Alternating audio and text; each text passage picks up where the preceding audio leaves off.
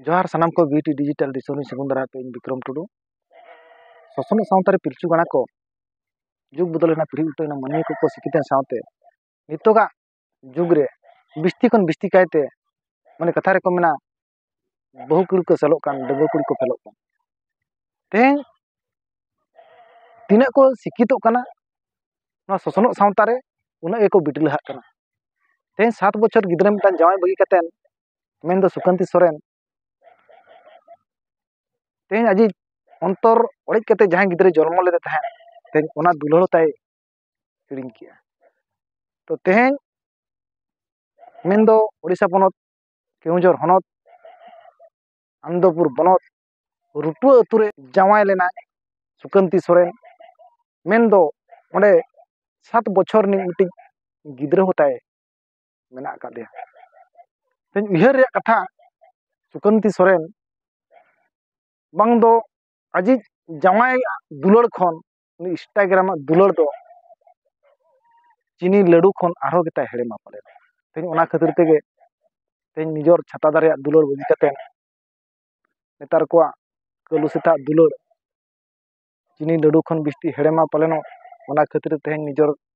जावाय बगी कते एटा हेरल सला दुलड़ चपाल लाकान तकिन तें हंडी पौरव लेका किन निशा चबा हाकना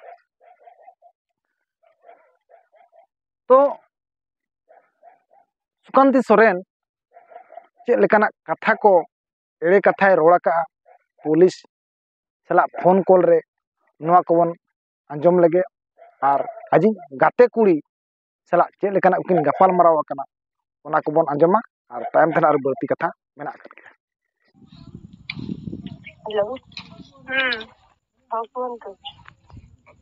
हेलो हाँ हेलो फोन तो को कौन है तुम ना कौन है जो सुकांती माझी तो हाँ सुकांती माझी तुम ना हाँ तुम्हें जो बुद्धदेव माझी रो स्त्री तो हाँ कौन पे आगे पळैछ सेमती झगड़ा हला मारपीट करले पुणी कहले तते मारी देदी कोन दुनिया कथा कहले सेति पे मु पळे झगड़ा लागु तो संगे रे हां से कहीं कि फ्राइडे की हां कौन है तुमको से दादाबड़ी करूची हां कौन काय दादाबड़ी करूची तार कौन तार लागु थी सेमती झगड़ा होती से कौन कही कि तुमको नहीं नहीं से तुम्हें निखोद है जाइछ बंदी और से बटे देइती लखी की देइछ थाना रे कौन दे लखी की देइछ तुम्हें कोरे पळैछ घर छाड़ी की पळैछ तम छुआ को छाड़ी की घर छाड़ी की पळैछ और से लखी की देइछ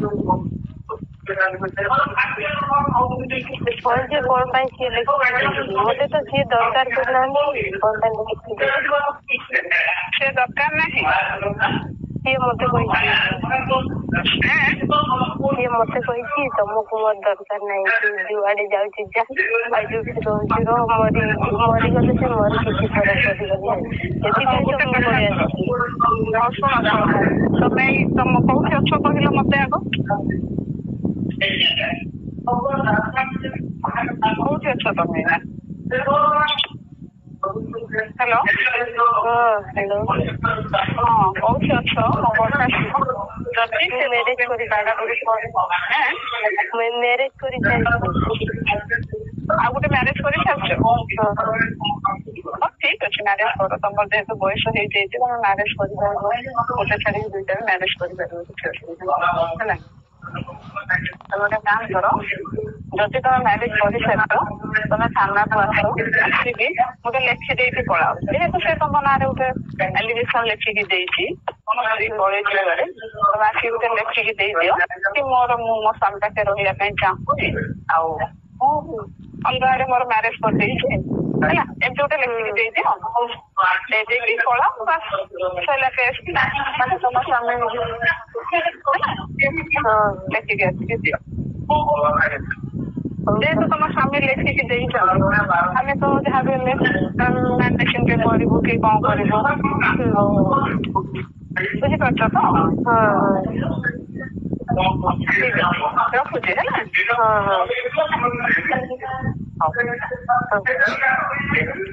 କୋଉଠି ଅଛ ତମେ ଏଇନା?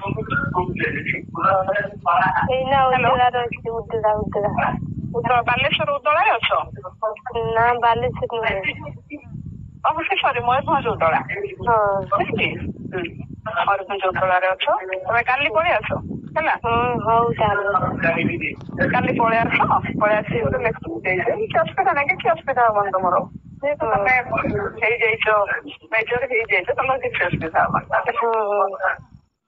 କାଲି ଆସିବ ତ ପକ୍କା? କାଲି ପକ୍କା ଯିବ। ହଉ ଠିକ ଅଛି। हेलो हाँ रे नहीं जाना ना हैं जाना ना हाँ sao thằng đó dài vậy nè anh không nó điện nó không băm liền cho nè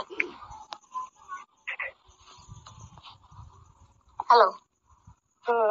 mình dùng nó kulit nó không băm liền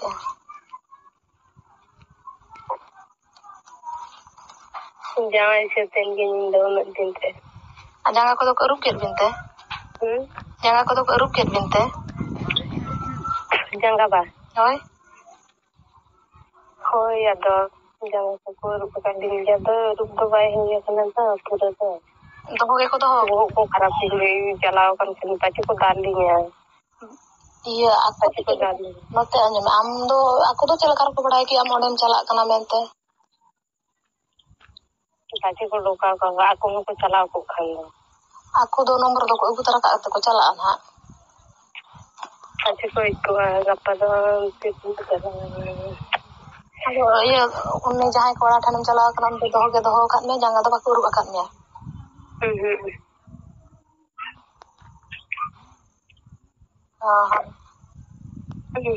ado noda na katha bab chinda oto ka unka do baku ru da ko ha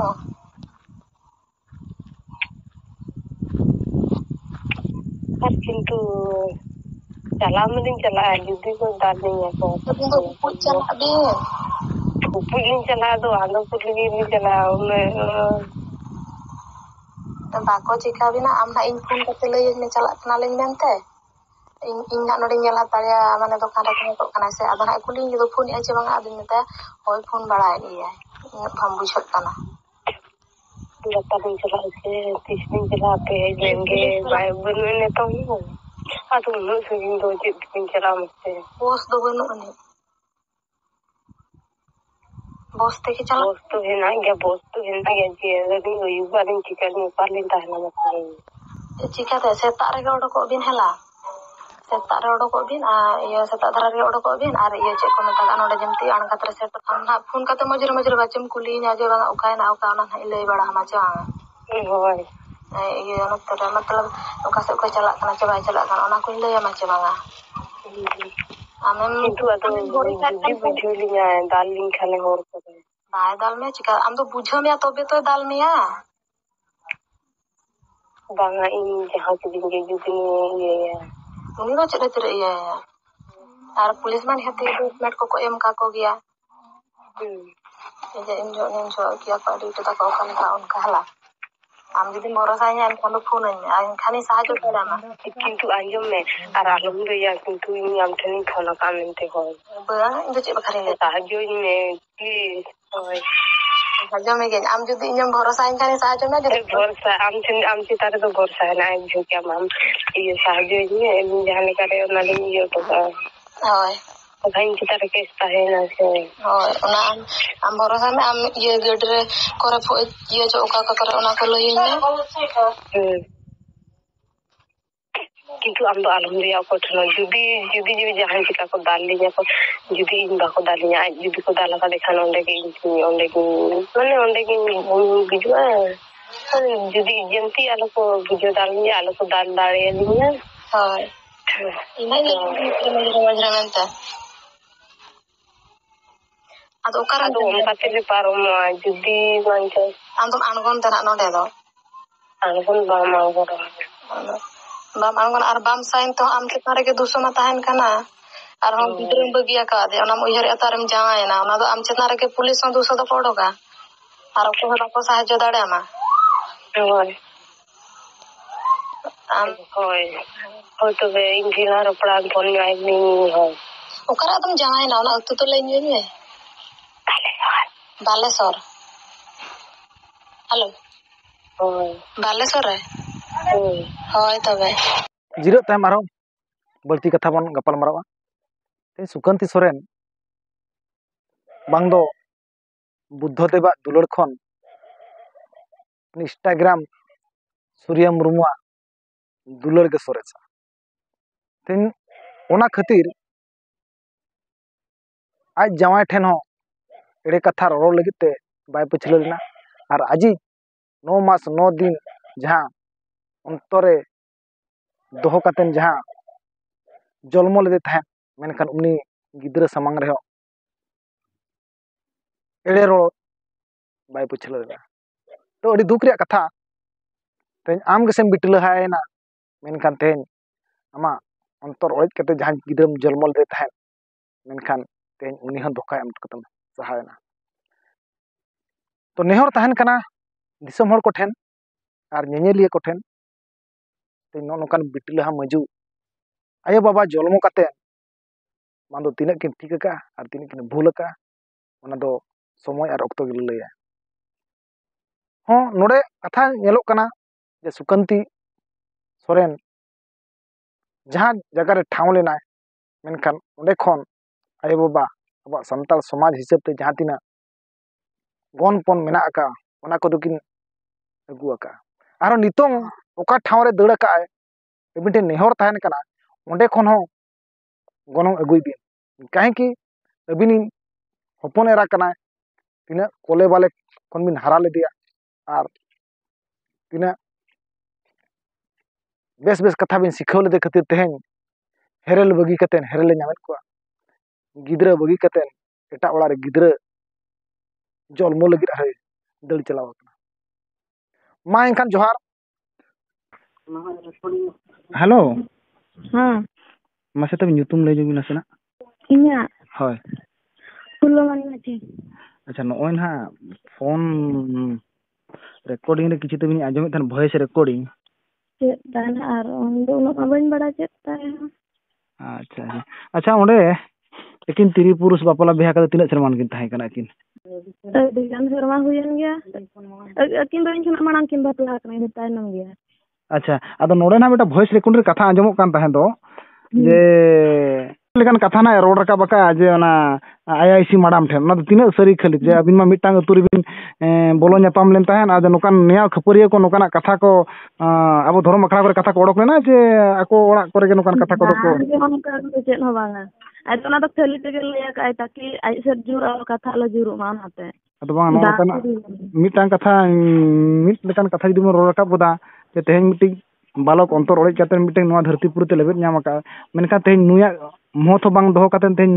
हिड़िंग काते तेहेन are मिटांग छाता दारे डरे साब चेत बिन मेना नोकाना कथा को जदि सामना हिजुक कान खान मेना आई दो उनी मैडम ठन तो एड़े गे लया का लय दो हां गिद्रा जते ला दुन माय कमी आकार गे अब अब मा संताल कना बन खेरवाड़ रे मा अडिगा नाती गुती मेना मिटी जुदी मेहे साकम हरक काते जुदी आर मिटी डरम साब जोंगा मेनखान समाज रे चे लेकाना दुवर गानाडे मा मेना ओना मा मेना आकार गया तो दिसम होड़ बखरा अबिन चे लेकान मैसेज को निमा का नितोगा जेनरेशन नोकान बहु कुड़ी गिद्रा को जे मिटांग दुवर गानाडे ताराम परम काते जवाय ओड़ा बन हेज को जवाय ओड़ा रे संसार लौका तिना नपायते चलू कना आर मेनखा तेहेन ओनकान संसार छिति बिति काते मिटांग बहु कुड़ी एटा घाज ते को चला कना ओने कथा नै मेन के जे दिसम होड़ बखरा चे लेकान कथा को बिन मैसेज बिन एमा को आते जे नोडे फोन ते मा आय साला अबिन मिटा फोन ते बिन गपाल माराना जे आय साला दो मिटा रिलेशन लेकान ताहे लेकान बिन कथा ना जे अबिन नो जो वॉइस रिकॉर्डर बिन कथा आकना जे आय ठेन को नोकान कथा उदय लगी तिगे नोका बिन कथा कान थाहेन जे नोकान मिटा अबिना भितर सगै आय साला ताहे कना बांगे ना दा ठेन कोन कथा उदय लगे ते गेलिन कथा कान थाहेन आय जाय समार गिन कथा आतना जे परवर्ती समय नो अबिना कथा जदि आजम खान मा उनी होना फोन काते मेता बिना चेर बिन मेन रुळाया तायम ते ᱪᱮᱫ ᱱᱟᱜ ᱞᱤᱧ ᱡᱚᱵᱟᱵ ᱞᱤᱧ ᱨᱩᱣᱟᱹᱲᱟ ᱚᱱᱟ ᱫᱚ ᱟᱡᱟᱜ ᱵᱷᱩᱞ ᱜᱮ ᱚᱱᱟ ᱛᱮᱜᱮ ᱥᱮ ᱟᱹᱞᱤᱧ ᱟᱡ ᱡᱟᱶᱟᱭ ᱞᱤᱧ ᱥᱚᱯᱳᱨᱴ ᱠᱮᱫᱮᱭᱟ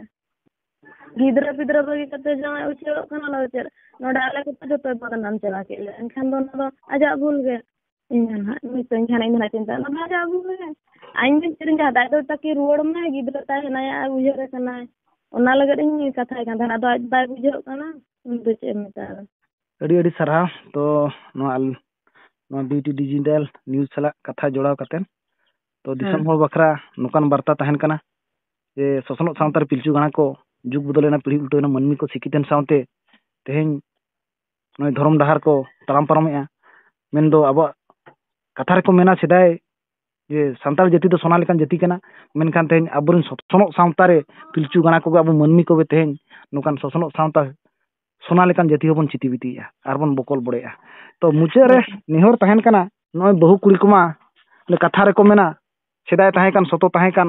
ᱢᱟᱸᱫᱟᱨᱜᱚᱢ ᱰᱷᱟᱯᱱᱤ ᱱᱤᱯᱩᱨ ᱛᱟᱦᱮᱸ ᱠᱟᱱ ᱱᱚᱜᱼᱚᱭ ᱡᱩᱜᱽ ᱵᱚᱫᱚᱞᱮᱱᱟ ᱯᱤᱲᱦᱤ ᱩᱞᱴᱟᱹᱣᱮᱱᱟ ᱢᱟᱹᱱᱢᱤ ᱠᱚᱵᱚᱱ ᱠᱟᱬᱟ ᱠᱟᱹᱬᱤ ᱪᱟᱵᱟᱭᱮᱱᱟ ᱢᱮᱱᱠᱷᱟᱱ ᱛᱮᱦᱮᱧ ᱚᱱᱟ ᱫᱷᱚᱨᱚᱢ ᱰᱟᱦᱟᱨ ᱵᱟᱝ ᱵᱚ ᱪᱤᱱᱦᱟᱹᱣᱮᱜᱼᱟ ᱛᱚ ᱵᱩᱲᱤ ᱱᱚᱣᱟ ᱱᱤᱭᱩᱡᱽ ᱪᱮᱱᱮᱞ ᱨᱮ ᱤᱫᱤ ᱥᱟᱞᱟᱜ ᱜᱟᱯᱟᱞᱢᱟᱨᱟᱣ ᱠᱟᱛᱮᱫ ᱟᱹᱰᱤ ᱟᱹᱰᱤ ᱥᱟᱨᱦᱟᱣ ᱢᱟ ᱛᱚᱵᱮ ᱮᱱᱠᱷᱟᱱ ᱡᱚᱦᱟᱨ